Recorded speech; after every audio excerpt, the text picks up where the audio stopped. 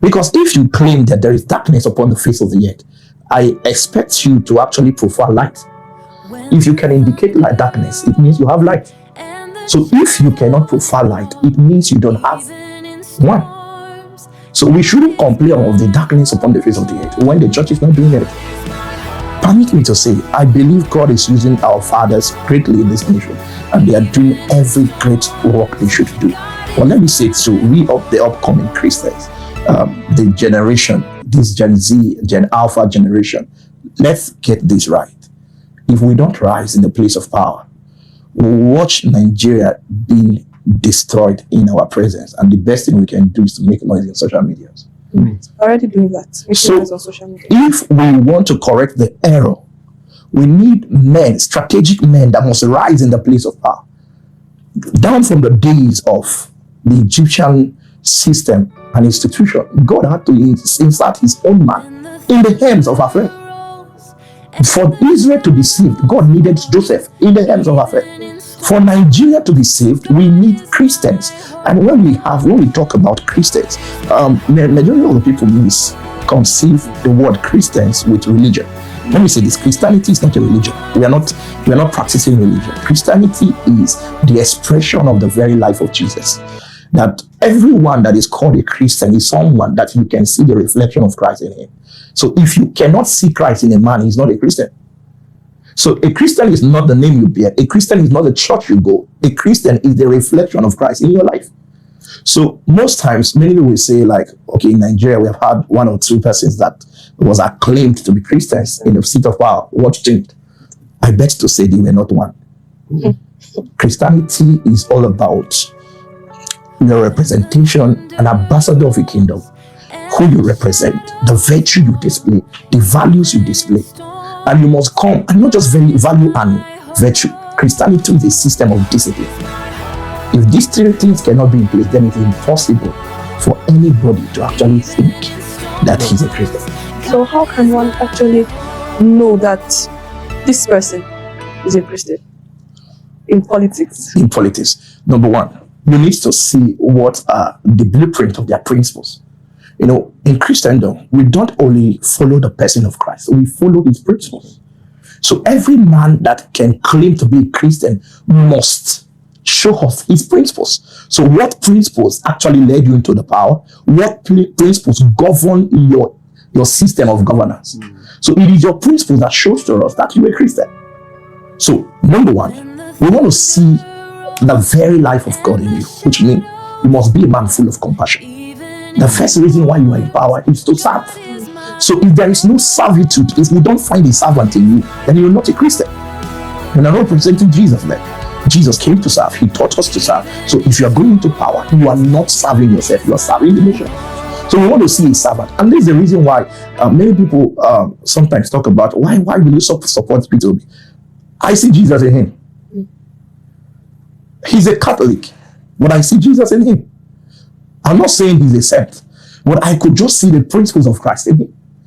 Any man ready to serve you, that's all. That's the first sign that this person follows God. Secondly, anyone that is full of compassion. Permit me to say this. Many people, even the tongue-talking Christians, have lost these virtues. They have prayed so much in tongue that they have lost the consciousness of compassion. And this is the reason why most of our prayers are not effective. Because we show off. What actually transports our prayers to God? Number one of the first importance is the degree of compassion. Have you noticed the Bible? Every time you see Jesus, and the Bible will tell us things like, and he had compassion on them. And this is the reason why men could look at Jesus and say, show me mercy. Because it was his attribute to show mercy. Men cannot ask you of what you don't have. That's true. So, everyone that wants to come into governance must show us that he's a man ready to serve the people. Number two, you must show us you're a man that is full of compassion. See, forget what is happening. I blame the government in power. I blame the president in power because number one, you might be biased because we have a lot of partisans and everybody believe whatever they want to believe. It is not the president that, no, it is him. Let me say this. The first error, the first place he failed in the nation is the lack of effective communication. We have our president or a president that does not know how to communicate to the people.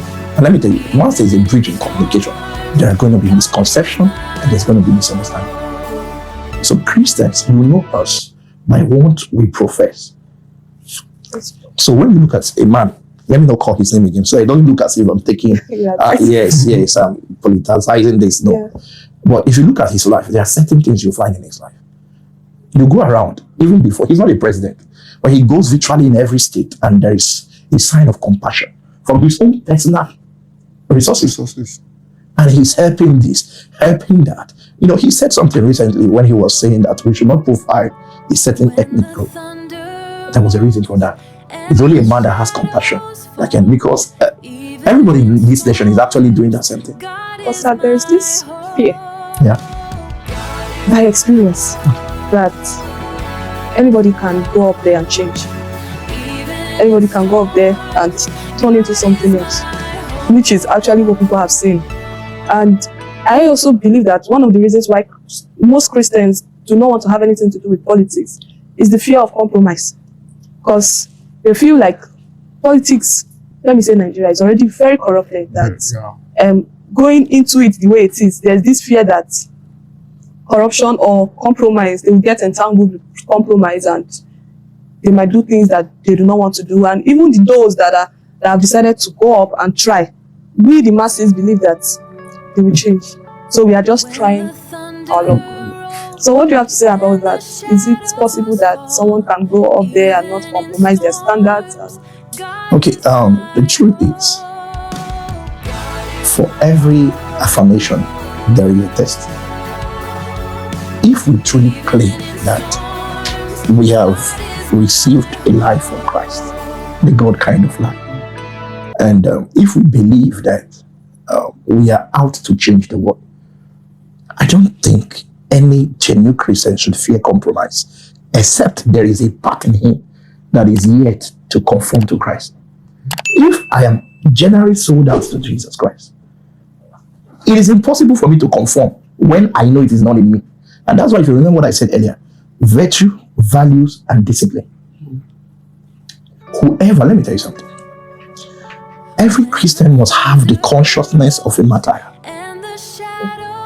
The moment we have that reality in our mind, I promise you, you'll notice that, one, it becomes impossible for you to be afraid of being corrupted. I've been privileged to sit in certain organizations where corruption was at the highest level.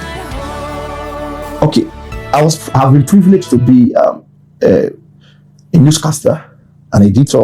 I worked with a news agency once here in Nigeria. So I have been exposed to the realms of corruption. I've worked in different organizations that have been exposed to a certain level of corruption. Whatever ideology you have built will be tested. If you claim to be selfless, a time will come. I remember a time